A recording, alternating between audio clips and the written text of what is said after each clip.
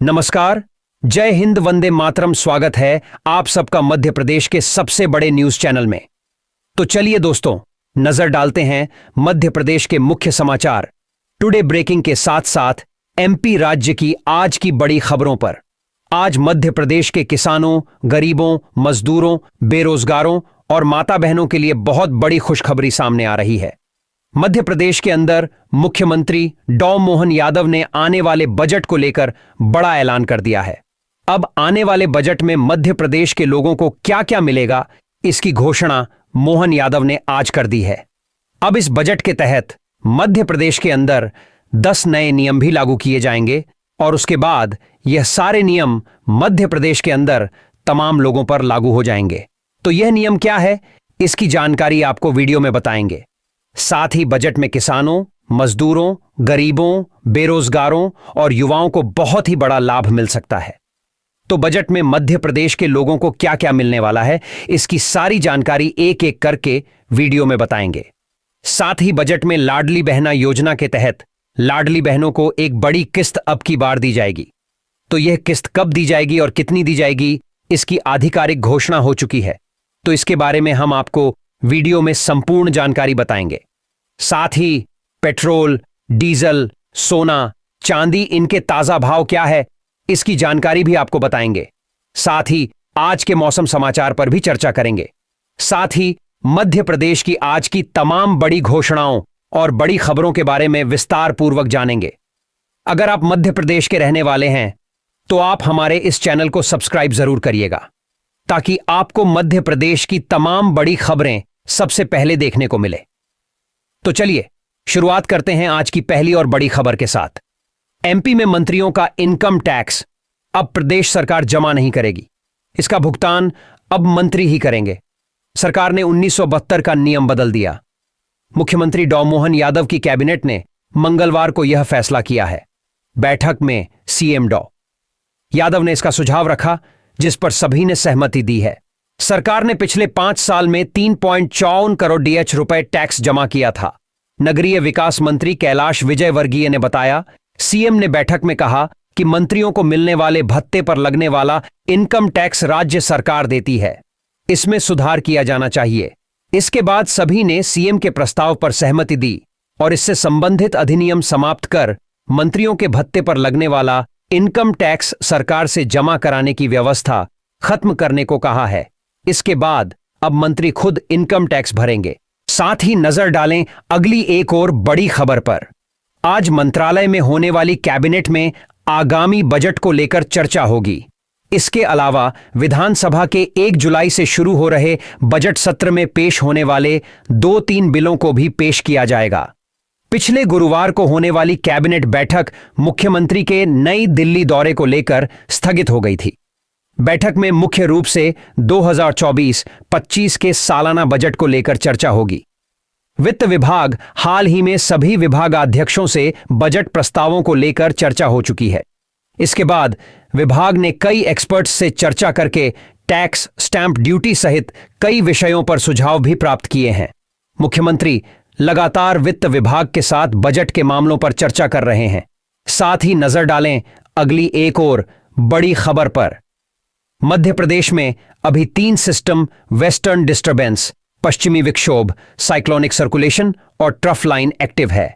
इस वजह से पूरे प्रदेश में आंधी, बारिश और गरज चमक की स्थिति बनी हुई है। सोमवार को नर्मदापुरम रतलाम में 1 इंच से ज्यादा बारिश हुई। वहीं भोपाल, छिंदवाड़ा, सागर, ग्वालियर समेत कई जिलों में भी पानी गिरा। मंगलवार को भी ऐसा ही मौसम रहेगा। भोपाल, इंदौर समेत 43 जिलों में आंधी और गरज चमक का अलर्ट है। कहीं कहीं बारिश भी हो सकती है। साथ ही नजर डालें अगली एक और बड़ी खबर पर। मध्य प्रदेश में जल्द ही HMIS पोर्टल से अस्पतालों में डॉक्टर को दिखाने के लिए मरीजों को लंबी कतार लगाने से राहत मिलेगी। स्वास्थ्य विभाग ने इसके लिए कवायद शुरू कर दी है। पोर्टल से रोगी घर से ही पंजीकरण कर सकेंगे। चिकित्सालय में भी भीड़ रहित पर्चा निर्माण किया जा सकेगा। आभा आईडी के प्रयोग से रोगियों का समय बचाया जा सकेगा। क्यू प्रबंधन और टोकन डिस्प्ले प्रणाली से समर्थित पूरी तरह से डिजिटल प्रणाली के माध्यम से चिकित्सक को सीधे दिखाया जा सकेगा। साथ ही नजर डालें अगली एक और बड़ी खबर पर। सीएम मोहन यादव ने जबलपुर में वीरांगना रानी दुर्गावती के बलिदान दिवस पर 500वें जन्म शताब्दी समारोह का शुभारंभ किया। रानी दुर्गावती के 461वें बलिदान दिवस पर जबलपुर में आयोजित पुण्य स्मरण समारोह में उन्होंने कई बड़ी घोषणाएं की और कहा कि उनके रूप में ऐसी वीरांगना ने जन्म लिया जिन्होंने न केवल भारत का मान बढ़ाया बल्कि गोंडवाना राज्य में 4 चांद लगाकर इतिहास में अमर हो गईं। मुख्यमंत्री ने कहा कि हमारी सरकार ने तय किया है कि रानी दुर्गावती का जीवन चरित्र हम विभिन्न यत्नों से दुनिया के सामने ले जाएंगे। उनकी जीवनी को पाठ्यक्रम का हिस्सा बनाएंगे। अलग अलग अवसरों पर सेमिनार आयोजित किए जाएंगे और लोगों तक उनके बारे में जानकारी पहुंचाई जाएगी। उन्होंने कहा कि यह क्षेत्र रानी दुर्गावती के साथ रानी अवंतीबाई और रानी लक्ष्मीबाई तक जाता है। ये वीरांगनाएं हमारे इतिहास का गौरव है। रानी के जीवन के प्रसंग समाज के सामने लाने की आवश्यकता है। साथ ही नजर डालें अगली एक और बड़ी खबर पर। पेपर लीक मामले को लेकर कांग्रेस ने एक बार फिर बीजेपी को घेरा है। कांग्रेस प्रदेशाध्यक्ष जीतू पटवारी ने कहा कि ऐसी गतिविधियां ज्यादातर मध्य प्रदेश से ही प्रारंभ होती हैं।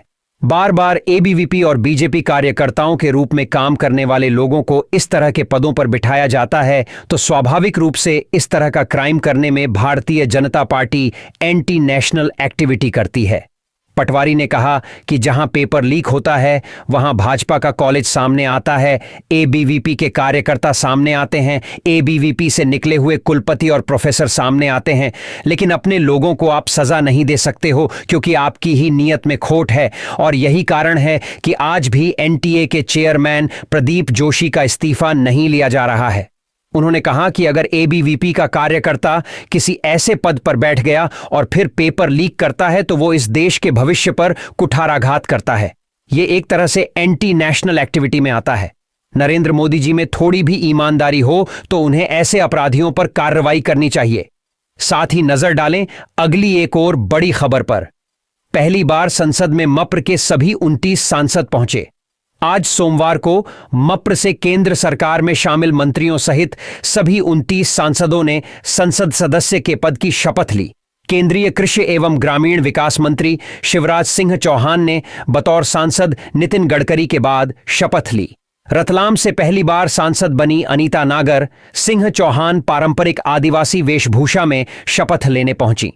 केंद्रीय जनजातीय कार्य राज्य मंत्री दुर्गादास उइके सहित 8 सांसदों ने संस्कृत में शपथ ली। साथ ही नजर डालें अगली एक और बड़ी खबर पर। एनीट पेपर लीक मामले में अब तक 25 लोगों की गिरफ्तारी हुई है। बिहार से 13, झारखंड गुजरात से 5 और महाराष्ट्र के लातूर से 2 लोगों को अरेस्ट किया जा चुका है। नीट मामले पर पश्चिम बंगाल की मुख्यमंत्री ममता बनर्जी ने प्रधानमंत्री नरेंद्र मोदी को चिट्ठी लिखी है। उन्होंने पीएम से कहा है कि सेंट्रलाइज्ड परीक्षा का सिस्टम खत्म हो और पहले की तरह डिसेंट्रलाइज्ड हो, यानी राज्य और केंद्र अलग अलग परीक्षाएं आयोजित करें।